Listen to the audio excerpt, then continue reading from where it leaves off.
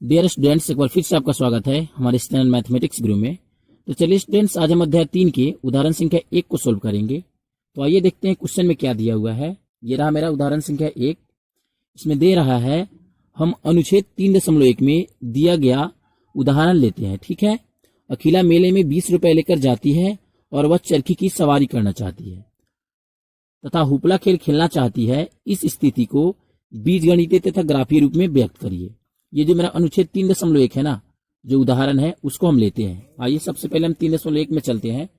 जो मेरा अनुच्छेद है 3.1, वहां पे हम चलते हैं और देखते हैं कि मेरा क्वेश्चन क्या है। यहाँ देखिए, यह है मेरा अनुच्छेद 3.1। यहाँ पे दिया गया है अखिला अपने गांव के एक मेले में गई। वह चरखी की सवारी करना चाहती थी। क्या करना चाहती थी? चरखी की सवारी। चरखी की सवारी क्या होता है? ये रहा चरखी की सवारी, मतलब झूला झूलना चाहती थी। ठीक है। और वह एक चरखी की सवारी करना चाहती थी। और हुपला, हुपला क्या होता है? एक खेल होता है। ये देखिए, हुपला खेल रही है। ये जो हाथ में रखी है ना, इसके ऊपर फेंक देगी तो जिसपे भी ये पड़ जाएगा, ये वाला है, वो उसका हो जाएगा। ठीक है। तो ये वाला खेल होता है। ये मेरा होता है हुपला। तो क्या करना चाहती है? हुपला खेल खेलना चाहती थी। जितनी बार उसने हुपला खेल खेला, उससे आधी बार उसने चरखी की सवारी की। मतलब उसने जितना बार हुपला खेल खेला ना, उससे आधी बार चरखी की सवारी की। अगर हुपला 1 बार खेली होगी तो चरखी की सवारी क्या की होगी? आधा की होगी। ठीक है, 1/y। ठीक है। तो यदि प्रत्येक बार की सवारी के लिए उसने 3 रुपया तथा हुपला खेलने के लिए 4 रुपये खर्च करने पड़े, तो आप कैसे ज्ञात करेंगे कि उसने कितने बार चरखी की सवारी की और कितनी बार उसने हुपला खेली? जबकि इसके लिए उसने कितना रुपया दिया? कुल 20 रुपये दुकानदार को दे दिए। ठीक है, जो वहां पे खेल खिला रहा था उसको। अब इसे क्या करना है? हमें सोल्व करना है। तो अब हम इसे कैसे सोल्व करेंगे? सोल्व करने के लिए हम क्या करेंगे?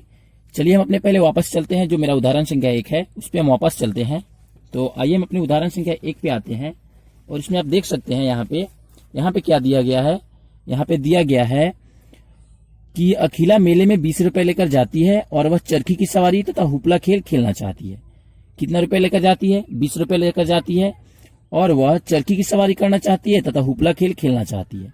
तो हमें पता नहीं है कि उसने कितनी बार चरखी की सवारी की तथा कितना बार उसने हुपला खेल खेला।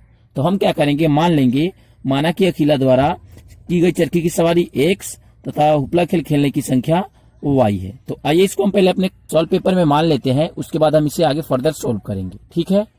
तो देखिए, हमने मान लिया है। अब आइए इसे हम सोल्व करेंगे। कैसे सोल्व करेंगे? अब हम प्रश्न से लिखेंगे, इसलिए प्रश्न से। अब प्रश्न में हमें जो भी दिया होगा ना, उसके अकॉर्डिंग हम इसे सोल्व करेंगे। तो आइए देखते हैं फिर से एक बार प्रश्न में क्या कह रहा था। प्रश्न में क्या कह रहा है, यहाँ देखिए, इसमें नहीं दिया है, इधर साइड में दिया गया है। तो आइए फिर वहीं पे चलते हैं। यहाँ पे देखिए क्या कहा गया है। यहाँ पे कहा गया है कि जितनी बार उसने हुपला खेल खेला, उससे आधी बार उसने चरखी की सवारी की। तो हमने क्या माना है? हमने यहाँ पे हुपला माना है कितना? हुपला माना है y। पहले लिख लेते हैं हमने। यहाँ सवारी क्या माना है? एक तरफ सवारी लिखेंगे और एक तरफ हुपला लिखेंगे। ठीक है।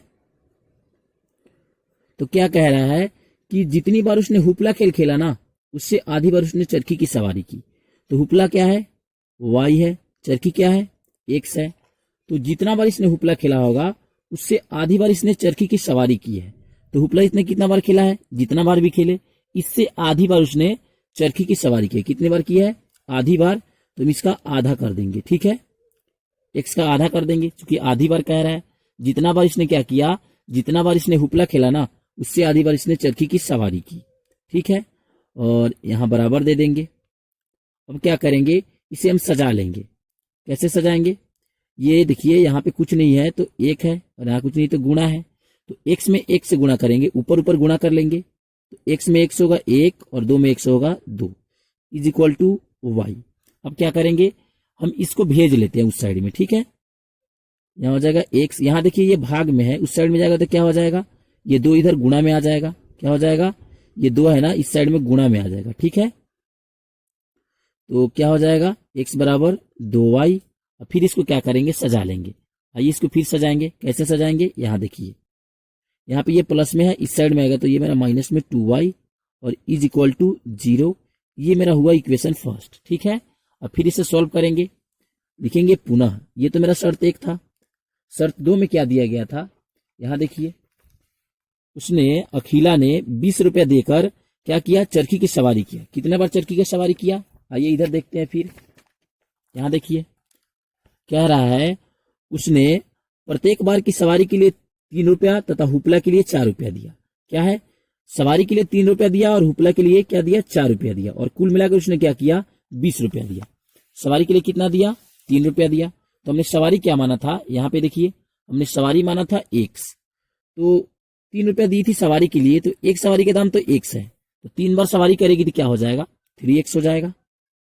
और प्लस फिर 4 बार उसने क्या दी थी, हुपला खेल खेलने के लिए 4 रुपया दिया था, तो हमने एक खेल खेलने की क्या माना है, y माना है, और 4 बार खेलेगा तो 4y इज इक्वल टू उसने पूरा मिला के 20 रुपया दिया था। तो ये मेरा इक्वेशन सेकेंड हो गया। अब इसे क्या करेंगे, क्वेश्चन में कह रहा है कि ग्राफीय विधि से और बीजगणितीय विधि से सॉल्व करिए। तो यहाँ देखिए हमने इसको बीजगणितीय विधि में सॉल्व कर दिया, इसी को हम बीजगणितीय विधि कहते हैं। अब इसे हम ग्राफीय विधि से सॉल्व करेंगे। ग्राफीय विधि से कैसे सॉल्व करेंगे, यहाँ देखिए लिख लेते हैं ग्राफ के लिए। ग्राफ के लिए हम क्या करेंगे, सर्वप्रथम जो मेरा इक्वेशन 1 है ना, ये मेरा जो इक्वेशन 1 आएगा यहाँ पे, इसको हम पहले लेते हैं। तो ग्राफ के लिए हम क्या करेंगे, लिखेंगे समीकरण 1 से। तो समीकरण 1 क्या है, यहाँ देख लेते हैं। यह है मेरा समीकरण 1, x minus 2y is equal to 0। ठीक है, अब क्या करेंगे, इसकी जगह पे हम मान पुट करेंगे y की जगह पे। पहले इसको सजा लेते हैं, उसके बाद हम पुट कर लेंगे। यहाँ देखिए यहाँ पे ये माइनस में 2y है, बराबर के उस साइड में जाएगा तो क्या हो जाएगा, ये मेरा प्लस में 2y हो जाएगा। ठीक है, अब क्या करेंगे, हम मान को पुट कर लेंगे। तो आइए यहाँ मान पुट कर लेते हैं। ये देखिए हम यहाँ पे बॉक्स बना लेते हैं, इसमें मेरा 3 घर होना चाहिए। ठीक है, अब यहाँ पे क्या करेंगे, y का मान हम 0 रख लेंगे। यहाँ कुछ नहीं है तो क्या है, 2y है, तो यहाँ कुछ नहीं तो गुणा है बीच में, तो y का मान हमें क्या रखना है, 0। यहाँ कुछ नहीं तो गुणा, 2 में 0 से गुणा होगा क्या हो जाएगा, ये मेरा 0 हो जाएगा। 0 हो जाएगा तो हम यहाँ 0 लिख दिया। फिर क्या करेंगे, y की जगह हम 1 रख लेते हैं। तो यहाँ y की जगह हम 1 रख लेते हैं, तो यहाँ कुछ नहीं तो गुणा है, तो 2 में 1 से गुणा होगा तो क्या हो जाएगा, 2 हो जाएगा। तो यहाँ पे ये मेरा 2 आ गया। अब हम क्या करेंगे, समीकरण 2 को भी इसी तरह सॉल्व करेंगे। लिखेंगे समीकरण 2 से। समीकरण 2 यहाँ लिख लेते हैं। समीकरण 2 मेरा कहाँ पे है, यहाँ देखिए ऊपर ये मेरा समीकरण 2 है, इसको हम यहाँ पे नोट कर लेते हैं। क्या है, 3x plus 4y is equal to 20। अब क्या करेंगे, इसमें से किसी एक को आप उस साइड में भेज दीजिए, किसी को भी आप भेज सकते हैं। तो चलिए हम इस y वाले को भेज लेते हैं। यहाँ पे ये प्लस में है, इस साइड में आएगा तो माइनस में 4y हो जाएगा, और इज इक्वल टू या x हो जाएगा। यहाँ देखिए यहाँ कुछ नहीं तो गुणा में है, इस साइड में जाएगा तो ये मेरा क्या हो जाएगा, बटे में हो जाएगा। बटे में मतलब क्या होता है कि यहाँ पे मेरा ये भागा में आ जाएगा, गुणा में रहता है ना, तो बराबर के उस साइड में जाएगा तो ये मेरा भाग में हो जाएगा।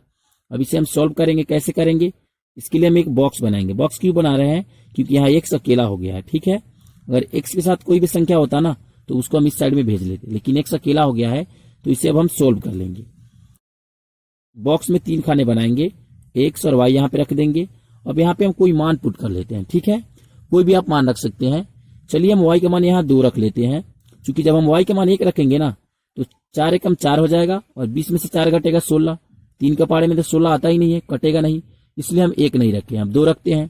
तो यहाँ 2 रख देंगे तो 4 दूनी 8, यहाँ कुछ नहीं तो गुणा है, तो 4 दूनी 8, और 20 में से 8 घटेगा तो क्या हो जाएगा, यहाँ घटाव है, 20 में से 8 घटेगा तो 12, और 3 से भाग दे देंगे 12 में, तो ये मेरा 4 प्राप्त हो जाएगा। फिर इसी तरह अब यहाँ पे मान रख लेंगे y का मान 5, तो यहाँ 5 रखेंगे, यहाँ कुछ नहीं तो गुणा है, तो 5 चौके 20, और 20 में से घटाएंगे 20 तो मेरा 0 हो जाएगा, और 0 में 3 से भाग देंगे तो हमें 0 प्राप्त होगा। ठीक है, अब आइए इसका हम ग्राफ बना लेते हैं। चूंकि हमें ग्राफीय विधि से सॉल्व करना है तो इसे ग्राफ पे दर्शाना अति आवश्यक है। तो आइए इसके लिए हम एक ग्राफ पेपर लेंगे और इस पे इसके मान को सॉल्व कर लेंगे। ठीक है, तो आप यहाँ देख सकते हैं स्टूडेंट्स, मैंने इस ग्राफ को तैयार कर लिया है। अब आइए इसके मान को हम यहाँ पे पुट करेंगे और इसे सॉल्व कर लेंगे। यहाँ देखिए यहाँ पे हमें क्या है, x की तरफ 0 चलना है और y की तरफ 0 चलना है, लेकिन यहाँ पे कहीं 0 तो है नहीं। यहाँ पे 1 है प्लस में, यहाँ भी प्लस में 1, यहाँ माइनस में 1 और यहाँ माइनस में 1, लेकिन हमें 0 चलना है, 0 तो कहीं है ही नहीं।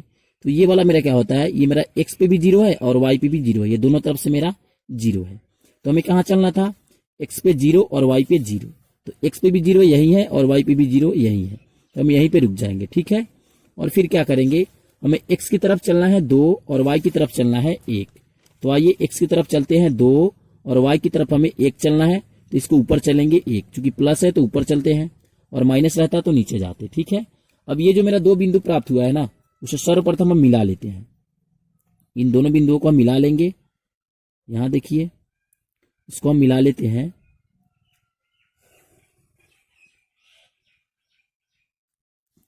और ये मेरा क्या है, ये मेरा इक्वेशन नंबर फर्स्ट है।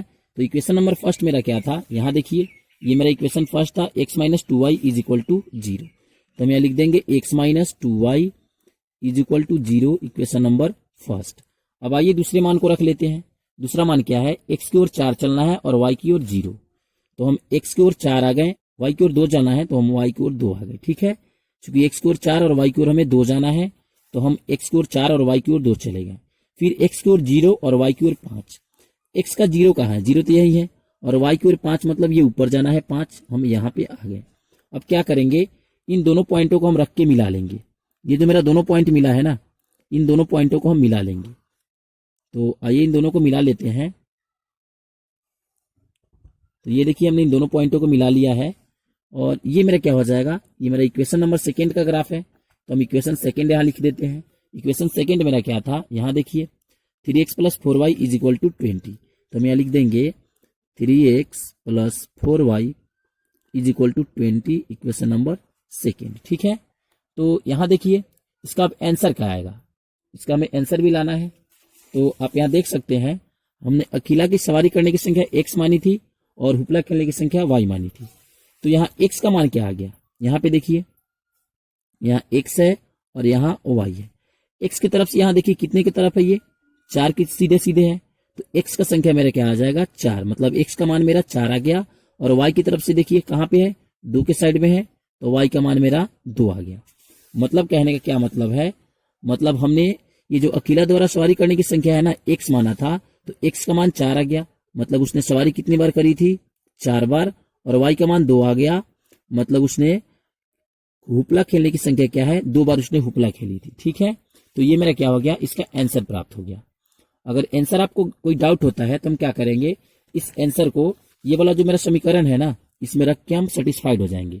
तो आइए इस समीकरण में इस मान को रख के देख लेते हैं कि आखिरकार हमने जो आंसर निकाला है वो सही है या नहीं है।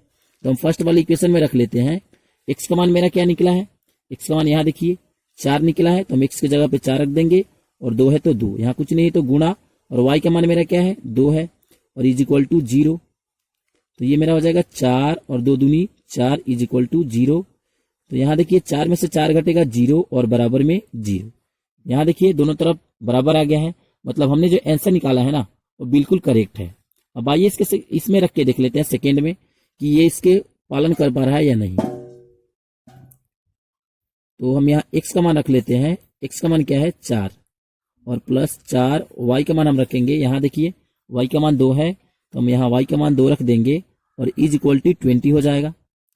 अब इसे क्या करेंगे, गुणा कर लेंगे, 4 तिया 12 और प्लस 4 दूनी 8 इज इक्वल टू 20। तो यहाँ देखिए 12 और 8 क्या होता है, 20, और बराबर में इधर भी आ गया 20, मतलब मेरा दोनों तरफ 20 आ गया और दोनों तरफ बराबर आ गया।